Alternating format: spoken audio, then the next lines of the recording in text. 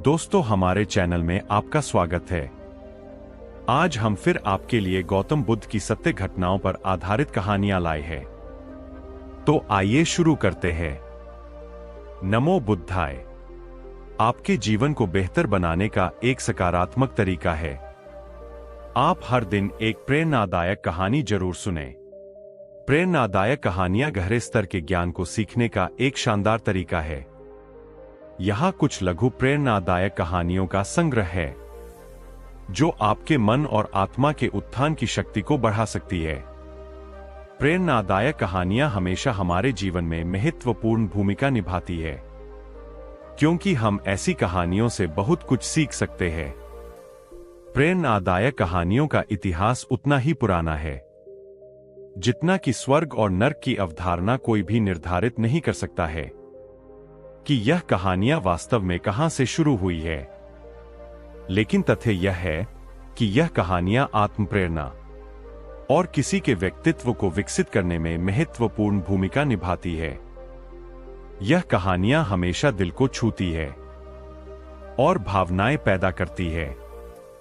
इसलिए जब भी हम कोई अच्छी प्रेरक कहानी सुनते हैं तो हमारी आत्मा तरोताजा हो जाती है।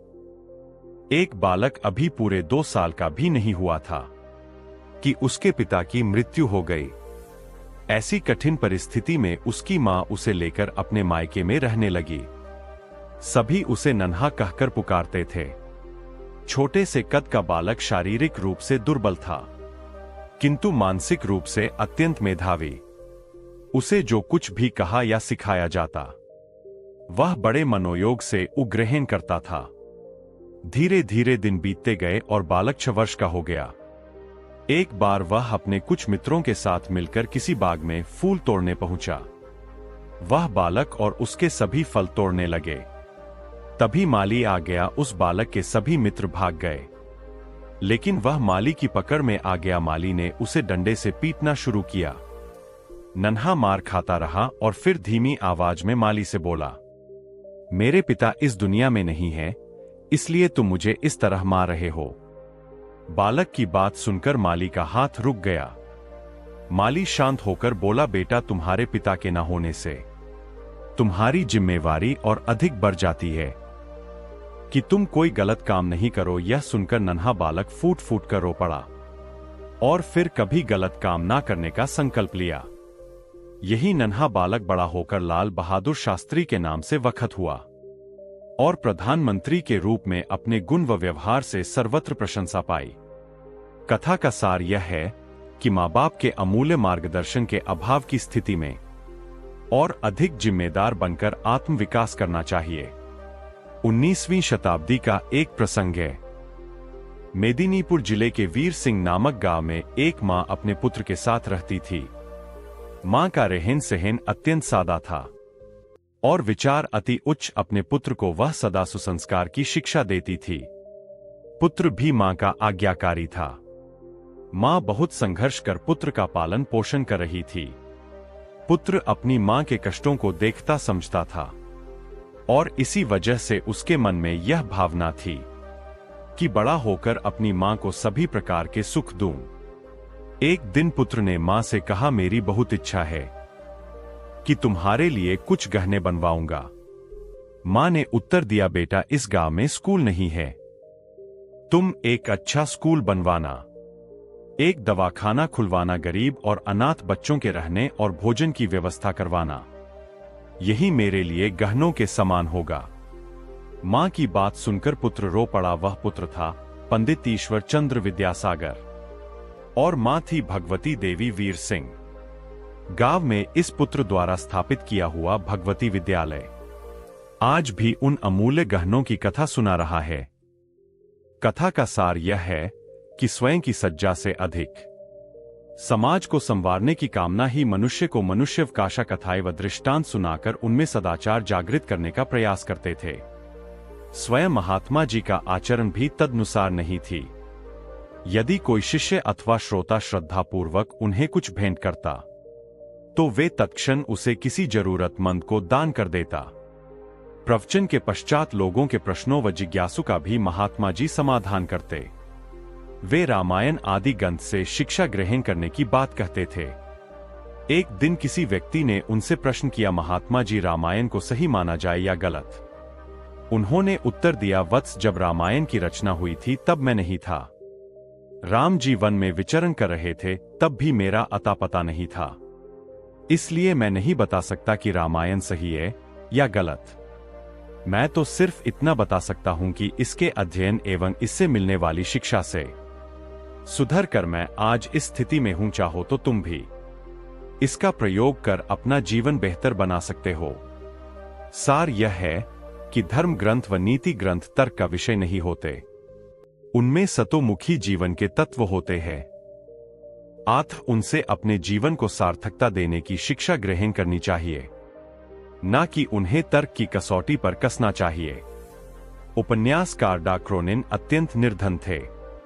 पुस्तकों की रॉयल्टी या तो प्रकाशक हड़प जाते अथवा क्रोनिन को उनके हक से कम दो। क्रोनिन बहुत सीधे थे। प्रकाशकों से लड़ाई कर अपना हक लेना उन्हें नहीं आता था। अतः गरीबी में उनका जीवन बत रहा था। इसी गरीबी में जैसे तैसे उन्होंने चिकित्सा की पढ़ाई पूर्ण की और डॉक्टर बन गया। जब वे चिकित्सा के क्षेत्र में आए तो कुछ लोगों ने उन्हें इसके जरिए पैसा कमाने का तरीका बताया। वे लोगों की बातों में आकर मरीज से मोटी फीस वसूलने लगे। वे किसी भी निधर पर दया नहीं करता और पूरा चिकित्सा खर्च लेते। यह देखकर क्रोनिन की पत्नी बहुत दुखी हुई। वे अत्यंत दयालु थी। पति की गरीबों के साथ यह निर्दय देख एक दिन वे बोली, हम गरीब ही ठीक थे, हमसे कम दिल में दया तो थी। उस दया को खोकर तो हम कंगाल हो गए, अब मनुष्य ही नहीं रहे। पत्नी की मर्मस्पर्शी बात सुनकर डा क्रोनिन को आत्मा बोध हुआ और उन्होंने अपनी पत्नी से कहा, तुम सच कह रही हो। व्यक्ति धन से नहीं मन से धनी होता है। तुमने सही समय पर सही राह दिखाई, अन्यथा हम अमानवीय की गहरी खाई में गिर जाते तो कभी उठ ही नहीं पाते। कथा का निहितार्थ यह है कि जब मनुष्य अपनी मानवीयता की मूल पहचान से डिगने लगता है तो सामाजिक नैतिकता तो खंडित होती ही है। वह स्वयं भी भीतर खोखला हो जाता है, क्योंकि ऐसा उनकी पवित्र संस्कारशीलता बलि चढ़ चुकने के बाद ही होता है। बौद्ध धर्म का व्यापक प्रचार प्रसार हो चुका था। अनेक बौद्ध मठ स्थापित हो चुके थे। सभी मठों में योग्य आचार्य कुपित की नियुक्ति की जानी थी ताकि वे बौद्ध धर्म के समुचित प्रसार में अपनी महती भूमिका निभा सकें। आचार्य व कुलपति की नियुक्ति में उनके ज्ञान और विवेक के अतिरिक्त उनकी परहित रुचि को भी विशेष रूप से परखा जाता था, क्योंकि मठ सामूहिक हितों को प्रमुखता देते थे। एक बड़े बौद्ध मठ के लिए योग्य कुलपति की नियुक्ति उन दिनों चर्चा का विषय थी। उस बौद्ध मठ के आचार्य ज्ञान और विवेक के धनी मौदगलियन थे। कुलपति पद के लिए 3 उम्मीदवार थे और तीनों ही योग्य थे, किंतु चुनाव तो एक का ही करना था। अतः तीनों की परीक्षा लेने के लिए तीनों को जंगल में भेजा गया। आचार्य मौदगलन उनकी परीक्षा लेने के लिए पहले ही जंगल में पहुंच गए। उन्होंने मार्ग में कांटे बिछा दिए। संध्या होने तक तीनों उम्मीदवार भी वहां आ पहुंचे। मार्ग में कांटे देखकर तीनों रुके। एक ने कुछ सोचकर अपना रास्ता बदल लिया, दूसरे ने कांटों पर से कूदकर रास्ता पार किया, तीसरा से कांटे हटाने लगा ताकि मार्ग दूसरों के लिए निष्क बन जाए। आचार्य मौदगलन ने छुपकर यह देखा। यह सब देखकर आचार्य मौदगल्यायान ने इस तीसरे उम्मीदवार को यह कहते हुए कुलप घोषित किया कि मठ में सत प्रवृत्तियों को परंपरा वही डाल सकेगा जो सभी का ध्यान रख सके और अपने आचरण से प्रेरणा देने की क्षमता रखता हो। कथा का सार यह है कि निजी हितों पर सामूहिक हितों को वरीयता देने वाला ही सच्चा नेतृत्व करता होता है। एक गुरु और शिष्य तीर्थाटन हेतु जा रहे थे। चलते चलते शाम घिर आई तो दोनों एक पेड़ के नीचे रात्रि विश्राम के लिए रुक गए। गुरुजी रात्रि में मात्र 3-4 घंटे ही सोते थे, इसलिए उनकी नींद जल्दी पूर्ण हो गई। वे शिष्य को जगाए बिना दैनिक कार्यों से निवृत्त हो पूजा पाठ में लग गए। इसी बीच उन्होंने एक विषधर सर्प को अपने शिष्य की ओर जाते देखा। चूंकि गुरुजी पशु पक्षियों की भाषा समझते थे, उन्होंने सर्प से प्रश्न किया, सोए हुए मेरे शिष्य को डसने का प्रयोजन है? सर्प ने उत्तर दिया, महात्मा, आपके शिष्य ने पूर्व जन्म में मेरी हत्या की थी। मुझे उससे बदला लेना है। अकाल मृत्यु होने पर मुझे सर्प योनि मिली है। मैं आपके शिष्य को डस कर उसे भी अकाल मृत्यु दूंगा। क्षण भर विचार के उपरांत गुरुजी बोले, मेरा शिष्य अत्यंत सदाचारी व होनहार होने के साथ ही अच्छा साधक भी है। फिर तुम उसे मरकर विश्व को उसके ज्ञान और प्रतिभा से क्यों वंचित कर रहे हो? स्वयं भी इस कार्य से मुक्ति नहीं मिलेगी। किंतु सर्प का निश्चय नहीं बदला। तब गुरुजी ने एक प्रस्ताव को रखते हुए कहा, मेरे शिष्य की साधना अभी अधूरी है। उसे अभी इस क्षेत्र में बहुत कुछ करना है, जबकि मेरे लक्ष्य पूर्ण हो चुके हैं। मेरे नाश में किसी की हानि नहीं है। अतः उसके स्थान पर मुझे दलो गुरु का यह स्नेह देखकर सर्प का हृदय परिवर्तन हो गया और वह उन्हें प्रणाम कर वहां से चला गया। वस्तुतः गुरु की गुरुता न केवल शिष्य को ज्ञान देने में, बल्कि उसे पूर्ण परिपक्व होने तक उसकी रक्षा करने में निहित है। स्वामी विवेकानंद के प्रवचन ज्ञान युक्त और तर्क आधारित होते थे। ज्ञान, भक्ति और कर्म विषयक जटिल से जटिल प्रश्नों का समाधान स्वामी जी अपनी सहज मेघा से कर देते थे। जिज्ञासु का जमावड़ा उनके आसपास हमेशा लगा रहता था। प्रवचन के दौरान या प्रवचन समाप्ति के उपरांत भी कई बार ऐसा होता था कि जिज्ञासुओं की ओर से प्रश्न आते रहते और स्वामी जी उन प्रश्नों का संतुष्टिजनक उत्तर देते। एक बार स्वामी जी अपने प्रवचन में भगवान के नाम की महत्ता बता रहे थे। यह सुनकर एक व्यक्ति ने तर्क दिया, शब्दों में क्या रखा है? स्वामी जी, उन्हें रटने से क्या लाभ होगा? तब स्वामी जी उसे प्रमाण सहित समझाने के उद्देश्य से नीच, जाहिल, मूर्ख आदि अपशब्दों से संबोधित किया। यह सुनकर वह अत्यंत क्रोधित हो गया और कहने लगा, आप जैसे सन्यासी के मुंह से ऐसे शब्द शोभा नहीं देते। आपके इन कुवचनों से मुंह बहुत आघात पहुंचा है। तब स्वामी जी बोले, भाई, वे तो शब्द मात्र थे। आपने ही कहा कि शब्दों में क्या रखा है। मैंने भी तो आपको मात्र शब्द ही कहे, कोई पत्थर तो नहीं मारे। स्वामी जी की बात सुनकर उस व्यक्ति को अपने प्रश्न का जवाब मिल गया कि अब शब्द क्रोध का सकते हैं, तो प्रिय वचन भी आशीर्वाद और कृपा दिला सकते हैं। वस्तुतः शब्द की महिमा अपरंपार है। अप्रिय वाणी मर्म भेदी होती है और मधुर वाणी मरहम का काम करती है। इसलिए प्रथम स्थिति में अपयश और दूसरी स्थिति में सम्मान व शुभाशीष मिलती है।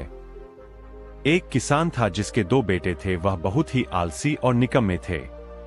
वह अपने पिता को कामकाज में हाथ बटा के बजाय आलस किया करते थे। इधर उधर घूमते फिरते थे। किसान को अपने बेटों की बहुत फिक्र थी। वह सोचते थे कि मेरे मरने के बाद इनका क्या होगा? यह अपना पेट कैसे भरेंगे? अपने परिवार को कैसे संभाल पाएंगे? एक दिन किसान की हालत बहुत ही गंभीर थी। कहने का मतलब किसान मरने की हालत में था। तभी किसान ने अपने दोनों बेटों को बुलाकर उनसे कहा कि हमारे खेत में एक खजाना गड़ा हुआ है, लेकिन वह किस जगह है उसकी जानकारी मुझे भी नहीं है। लेकिन खोदने के बाद तुम्हें वह खजाना मिल जाएगा। इतना कहकर किसान भगवान को प्यारे हो गए। खजाने की खबर सुनकर दोनों बेटों के मन में लालच आ गया और वह दोनों खेत पर चले गए और खेत को खोदने लगे। खजाने के लालच में कुछ ही दिनों में पूरे खेत को खोदने के बाद वह घर जाकर बैठ गए और वह अपने पिता को कोसने लगे। इसी तरह कुछ महीने बीत गए और वर्षा ऋतु का आगमन हुआ। किसान के बेटों के पास पेट भरने के लिए सिर्फ एक ही जरिया था, वह थी खेती। तब बाकी किसानों की तरह किसान के बेटों ने खेत में बीज बोने शुरू कर दिए। वर्षा का पानी पाकर वह बीज अंकुरित हुए और देखते ही देखते खेत लहराने लगे। ऐसा लग रहा था कि हवा के झोंके से लहरा रहे थे। यह देखकर किसान के बेटे बहुत खुश हो गए। उनको समझ आ गया कि परिश्रम ही सच्चा धन होता है और वह उसी तरह से अपने पिता के शब्दों का मोल भी समझ गए और अपने कामकाज में लग गए। यही कहानी आज हम सब की भी है। मित्रों, इसी पेड़ की तरह हमारे माता पिता भी होते हैं। जब हम छोटे होते तो उनके साथ खेलकर बड़े होते हैं और बड़े होकर उन्हें छोड़कर चले जाते हैं और तभी वापस आते हैं जब हमें कोई जरूरत होती है। धीरे धीरे ऐसे ही जीवन बीत जाता है। हमें पेड़ रूपी माता पिता की सेवा करनी चाहिए, ना कि सिर्फ उनसे फायदा लेना चाहिए। इस कहानी में हमें दिखाई देता है आजकल हम भी हमारे माता पिता का जरूरत के अनुसार उपयोग करते हैं और बड़े होने पर उन्हें भूल जाते हैं। हमें हमेशा हमारे माता पिता की सेवा करनी चाहिए, उनका सम्मान करना चाहिए और हमेशा, भले ही हम कितने भी व्यस्त क्यों ना हो, उनके लिए थोड़ा समय तो भी निकलते रहना चाहिए। अगर आपको यह वीडियो दिल से अच्छी लगी हो तभी इस वीडियो को लाइक कर देना और आपने अब तक इस चैनल को सब्सक्राइब ना किया हो तो चैनल को सब्सक्राइब भी जरूर कर देना। आपका हर दिन शुभ हो और खुशियों से आपका जीवन भरा रहे। एक और नई कहानी के साथ फिर मिलेंगे। धन्यवाद। नमो बुद्धाय।